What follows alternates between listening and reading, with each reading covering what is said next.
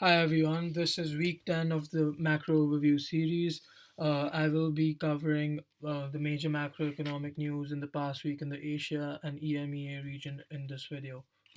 So, first, I'd like to talk about the situation in Asia, and I'd like to kick things off with the economic situation in China, US, and how it's compared to US and Europe.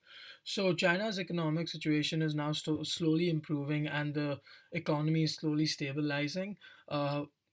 Whereas inflation still poses a significant challenge in US and Europe. So like I said, China's economy is slowly improving.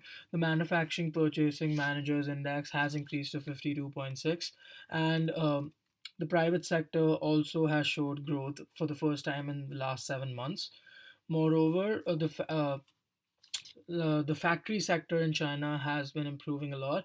Um this growth could possibly indicate that their efforts to boost domestic demand and reduce their reliance on exports are basically paying off.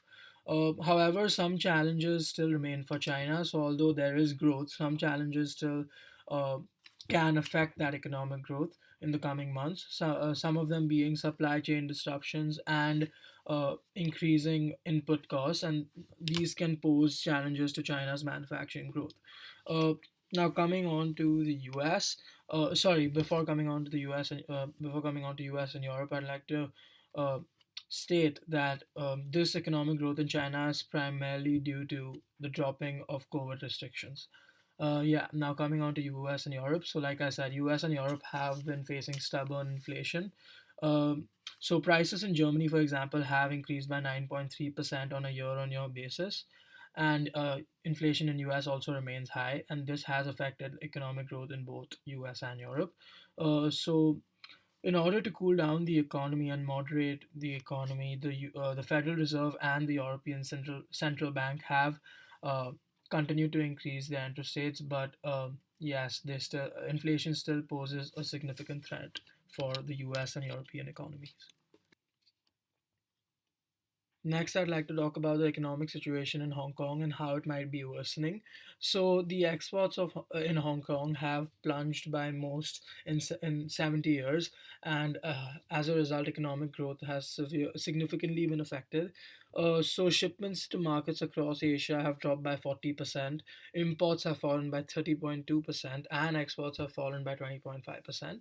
Moreover, in particular, exports to Asia, which accounts for more than 60% of Hong Kong's total exports, has fallen by 21.3%. So, yeah, you can see economic growth has significantly been affected because of this fall in exports. So, GDP has reduced by 6.1%. So, yeah, economic growth has been affected. This decline has affected businesses, employment, and can potentially lead to a recession as well. So, this decline has primarily been due to supply chain disruptions. Uh, However, in response, Hong Kong has been rolling out measures to support businesses. Examples include offering low interest loans and rental subsidies. Uh, so, this fall in exports raises a lot of concerns about the resilience of global supply chains and highlights the need for diversification and development of more robust supply chains as a result. Lastly, in the Asia region, I'd like to talk about the economic situation in Russia and how they are turning to China's currency, the yuan, in an effort to ditch the dollar. So Russia hopes to reduce its reliance and shift away from the US-dominated global financial system and essentially bolster its ties with China. And they hope to do that by turning to China's yuan as an alternative to the US dollar in international trade. So there has been an increased share of the yuan in Russia's foreign exchange reserves as compared to the US dollar, wherein the share of the US dollar in Russia's foreign exchange reserves has fallen to a decade low. Uh, this shift has primarily occurred due to China's growing economic and geopolitical clout, America's sanctions on Russia, and many other factors as well. Uh, in conclusion, the trend towards the greater use of the yuan can be seen as a very significant development in the global financial system and can also have implications for the balance of power essentially between China and US in trade and finance.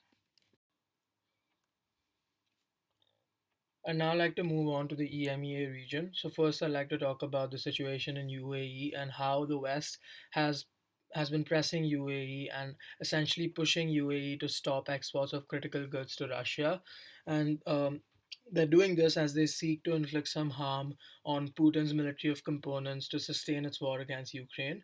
So exports from the UAE to Russia have increased to around 283 million, and UAE has exported 15 times more microchips it did in the last years uh, to Russia. So the U.S. government is increasingly becoming more concerned that the UAE is becoming a hub for the shipment of items such as electronics, and that can help Russia's war efforts. So, and increasingly exports from UAE could see the UAE face sanctions from the West, and this can potentially affect UAE's economic growth.